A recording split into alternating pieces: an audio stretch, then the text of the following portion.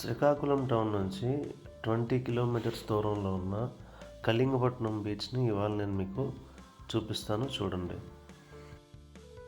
ఈ రైట్ సైడ్లో కనిపించిన ప్లేస్ అంతా అగ్రికల్చరల్ యూనివర్సిటీ నైరా.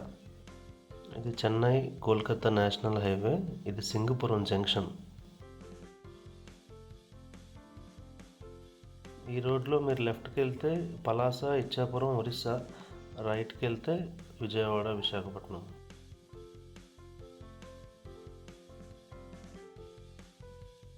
ఇప్పుడు నేను చూపించబోయే కళింగపట్నం బీచ్ ఏంటంటే, ఒకప్పుడు పర్ఫ్యూమ్స్, టెక్స్టైల్స్, స్పైసెస్ ఇవన్నీ ఎక్స్పోర్ట్ ఇంపోర్ట్ అయ్యేవన్నమాట. దట్టు మెయిన్ యూరప్ కంట్రీస్ నుంచి ఎక్స్పోర్ట్ అయ్యేవన్నమాట. ఇదంతా బీచ్ ఏరియా కాబట్టి ఇయర్లో హార్డ్లీ ఒక 3 months చల్లగా ఉంటుంది. మిగతా 9 months మాత్రం ఫుల్ హ్యూమిడిటీ, వేడిగా ఉంటుంది అన్నమాట. ఇదే సాలిహుండం. పైన ఏపీ టూరిజం డెవలప్మెంట్ రిసార్ట్ ఉంటుంది. పైన గుడి కూడా ఉంటుంది. రిటర్న్లో చూపిస్తాను మీకు నేను.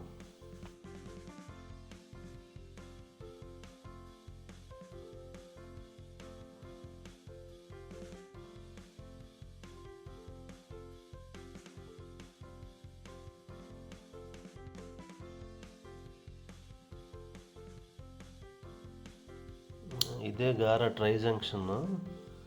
సో ఈ మార్కెట్ అంతా నేను మీకు ఇక్కడ ఏం అమ్ముతారు ఏంటి ప్రతిదీ నేను మీకు రిటర్న్లో వచ్చినప్పుడు చూపిస్తాను. ముందు బీచ్ చూపించి.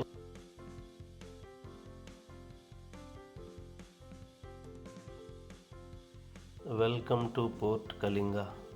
ఇదే బీచ్.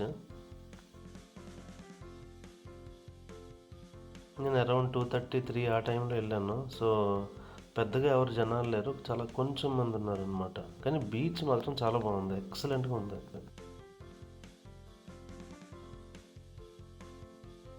మీరు చూస్తే నిజంగా ఏ గోవా బీచ్లు కూడా సరిపోవు ఈ బీచ్ దగ్గర. ఊరికే గోవా అంటారు కానీ ఏం ఉండదు అక్కడ. ఫుడ్ కాస్ట్, స్టేయింగ్ కాస్ట్, అన్నీ కాస్ట్. ఇక్కడ చూడండి ఎంత బాగుందో. ఆ బ్యాక్ సైడ్లో వాటర్ కనిపిస్తుంది కదా, అక్కడ దాకా మేము నడుచుకుంటూ వెళ్ళేవాళ్ళం ఒకప్పుడు బీచ్ చూడడానికి. కానీ ఒక 2 years నుంచి ఎందుకో ముందుకు వచ్చేసింది. బీచ్ మన దగ్గరకు వచ్చింది కదా అని చెప్పి దిగారంటే చచ్చారే ఇక్కడ మాత్రం. ఎందుకంటే వంశధార నది సముద్రంలో కలిసే ప్లేస్ అనమాట ఇది. సో దిగితే మాత్రం దిగడం చాలా లోతు ఉంటుంది అనమాట. సో కేర్ఫుల్, దిగి స్నానాలు చేయడం అట్లాంటివి ఏం చేయకండి.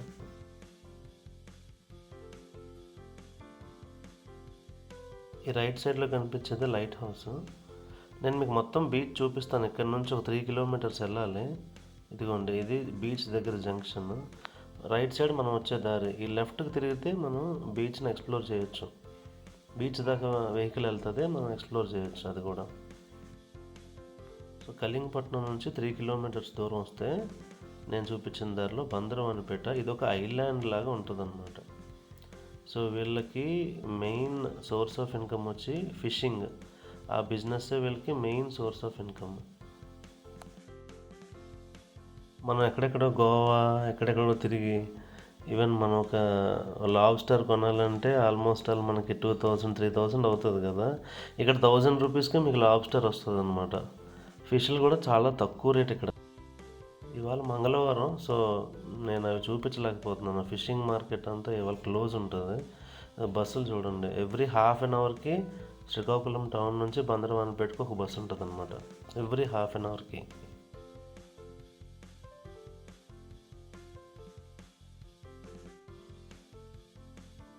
ఒక 50 meters ఇక్కడ నుంచి మనం నడిస్తే బీచ్ కనిపిస్తుంది కదా, ఇదిగోండి బీచ్ వ్యూ. అక్కడ మనం కళింగపట్నంలో బీచ్ చూడలేము దగ్గరికి వెళ్ళి. బట్ ఇక్కడ నుంచి మీరు క్లియర్గా బీచ్ వ్యూని ఎక్స్ప్లోర్ చేయొచ్చు అనమాట. ఇవన్నీ బోట్స్ చెప్పాను కదా. ఈ విలేజ్ మొత్తం అంతా మెయిన్ సోర్స్ ఆఫ్ ఇన్కమ్ వాళ్ళకి ఫిషింగ్ కాబట్టి ఇక్కడ అన్ని బోట్స్ ఉంటాయి అన్నమాట. చూడండి బోట్స్ ఎన్ని ఉన్నాయో.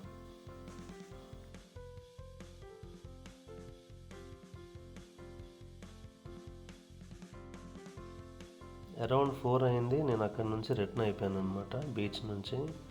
మళ్ళీ సేమ్ గార జంక్షన్కి వచ్చేసాం. ఇది గార ట్రై జంక్షన్. లెఫ్ట్కి వెళ్తే శ్రీకాకుళం, రైట్కి వెళ్తే ఆమదాల వలస, పలాస, ఇచ్చాపురం వెళ్ళిపోవచ్చు అనమాట. ఇట్లా ఇది గార పోలీస్ స్టేషన్. కెమెరా పట్టుకొని తిరుగుతుంటే అందరూ వింతగా చూస్తున్నారు. ఈ మార్కెట్ చూపిస్తానని చెప్పాను కదా, చూడండి ఇదంతా.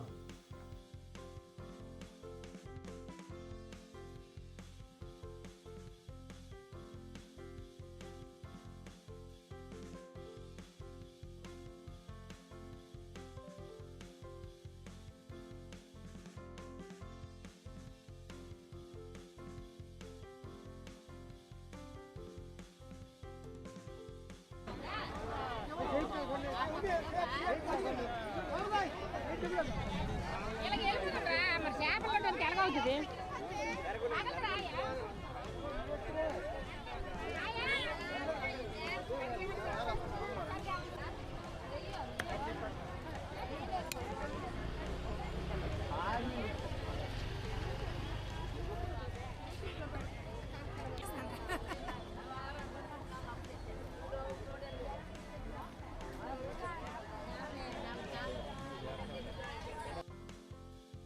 ప్రైసెస్ ఎలా ఉన్నాయి ఏంటి అన్నది ఇంకోసారి నేను మొత్తం డీప్గా ఎక్స్ప్లోర్ చేస్తాను. మీరైతే సబ్స్క్రైబ్ చేసుకోండి. చాలామంది చూస్తున్నారు కానీ సబ్స్క్రైబ్ చేయట్లేదు. సబ్స్క్రైబ్ చేస్తే నాకు కూడా ఇంకొంచెం ఎక్కువ వీడియోస్ చేయడానికి ఇంట్రెస్ట్ ఉంటుంది అన్నమాట. Please do subscribe.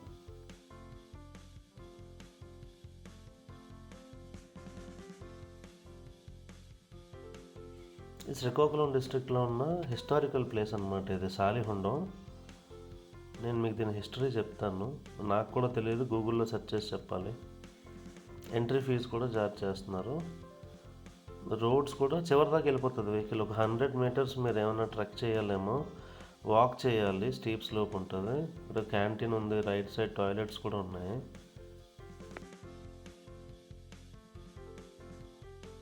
ఆంధ్రప్రదేశ్లోని ముఖ్యమైన బౌద్ధ క్షేత్రాల్లో ఇదొకటి. సో బౌద్ధ మతం యొక్క లోతైన చరిత్రని ఇది వెల్లడిస్తుంది.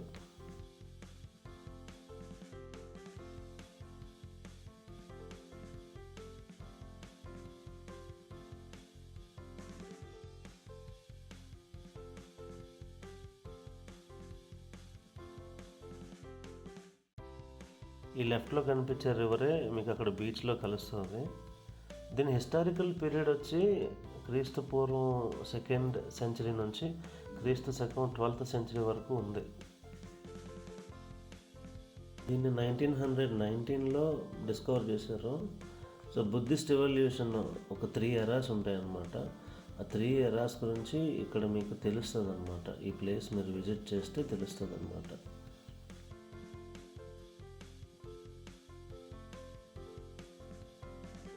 కార్ పార్కింగ్ నుంచి జస్ట్ ఒక 100 మీటర్స్ మీరు పైకి ఎక్కితే చాలు. పెద్ద కష్టం ఏం కాదు. స్టీప్ స్లోప్ ఉంటుంది అనమాట. కొంచెం జాగ్రత్తగా చూసుకొని ఎక్కాలి, చూసుకొని దిగాలి అంతే. ఈ ప్లేస్లో మెయిన్ కొబ్బరి చెట్లు ఎక్కువ ఉన్నాయి. దట్టు రోడ్డు కూడా చాలా చాలా బాగుంది. ఎక్కడ గతకలు లేవు, బాగుంది రోడ్డు.